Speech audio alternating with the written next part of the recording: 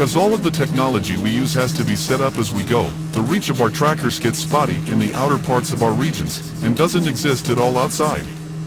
A single data tower, especially our newest design, can do a lot to pick up and boost signals being lost to whatever conditions may be blocking the full function of our aerial bouncers.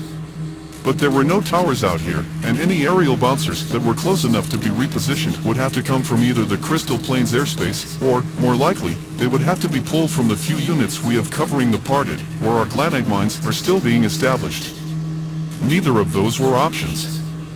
We were moving additional cruisers into both areas for additional security until we could determine what was going on. The last thing we needed to do was to take any resources away from them.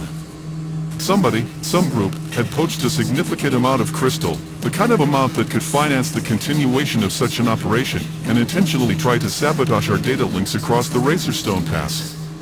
Now, we were chasing after even more people from this group in an area that was in the same slice as our granite mines, just much further north. If we weren't in the middle of the absolute worst place to be on this entire moon, I would think that this would be a great place to establish a remote base of operations. But that was just a location observation. Everything else about this part of the Great Rift, and really all of the Great Rift, in general, would deter such an idea. It was a logistical disaster, set in the most uninhabitable place I had ever laid eyes on.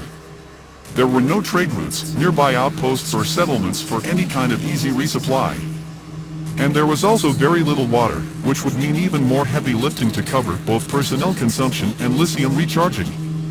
But as much as none of it made sense, here we were, in the middle of the rift, searching for a transport that encountered something unknown, and had been down across all monitoring for a full spin now.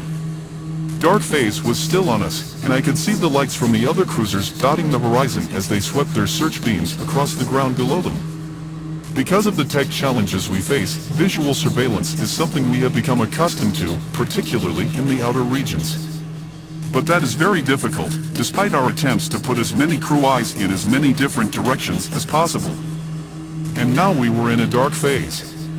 So, if searching like this across vast areas when we have light is similar to what you would call looking for a needle in a haystack, imagine how much more limiting it would be if the barn was pitch black and all you had was a pen light to search with. It was like throwing a handful of stones into an enormous field, trying to hit one specific blade of grass. The calm chatter was calming down quite a bit as we began slowly moving over our designated area.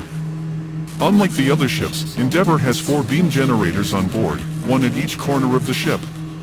Even with that spread, the amount we could cover was very little, as the focus of the beams had to be fairly narrow to illuminate the ground below enough to make out any kind of details. The reach of some of the formations below would stretch out over areas like old, bony fingers, casting terrible shadows when using wider, less intense width settings. The search continued on, and would turn out to be futile while the dark phase passed over us. But we would find what we were looking for soon after the next light phase took over.